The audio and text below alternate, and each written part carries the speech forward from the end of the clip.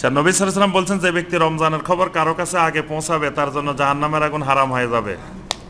এটা আমরা আমাদের ওয়েবসাইটে আমাদের ভিডিও আছে, এটা কি হারাম হবে ওখানে বলা আছে। কোরআনে কোন সূরায় যেন বর্ণিত আছে, দুনিয়া সব জায়গা তোমাদের জন্য সেজদার জায়গা। বলতে পারেন কি, বললে খুব উপকার হইতো।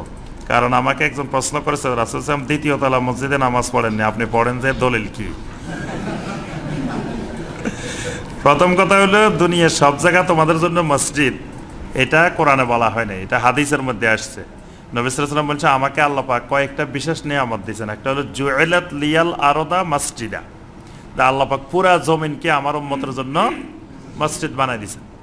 এটার অর্থ হইলো মানে যে কোনো পবিত্র জায়গায় আমি যদি জমিনে যে কোনো জায়গায় নামাজ পড়ি হবে। তার অর্থ এই নয় যে জমিন যদি পুরাটাই মসজিদ হয় তো জমিনে আর টয়লেট বানাইবেন কোথায়? তাহলে তার আপনি টয়লেটও করা যাবে, কারণ মসজিদে কি টয়লেট বানানো যায় নাকি? তাহলে পুরা জমিন মসজিদ মানে পুরা জমিনের যে কোনো জায়গায় সালাত আদায় করা যাবে। এটা এই উম্মতের জন্য আল্লাহ পাকের বিশেষ পুরস্কার।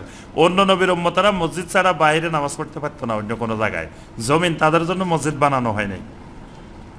আর দ্বিতীয় তলা মসজিদে নামাজ পড়ার অর্থ হইলো দ্বিতীয় তলাটা আসলে দেখতে উপরে দেখতেছে, আসলে এটা উপরে না, এটা পিছনে। মানে এটা হলো এটার পিছনে, তারপরের পিছনে। এখন দেখা গেছে এটার পিছনে লাগাইতে গেলে আরেকজনের বাড়িতে পড়ে যায়, তো এই জন্য ওই বাড়িতে না নিয়ে আমরা এটার উপরে তুলে দিছি, জিনিসটা কিন্তু উপরে না।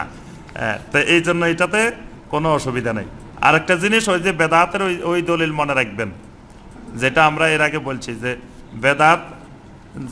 বেদাতের তো কোনো দলিলে নাই। আপনি দলিল দেখাইবেন কোথা থেকে? যদি কেউ বলে যে এটা যে বেদাত, দলিল দেখাও, তো এটা তো দলিলে নাই। আমরা বলছি না যে বাড়ি এটা যে আমার, যদি কেউ বলে যে এই বাড়ি ইমাম সাহেব এই যে বাড়ি এটা আপনার না, এটা দলিল দেখান।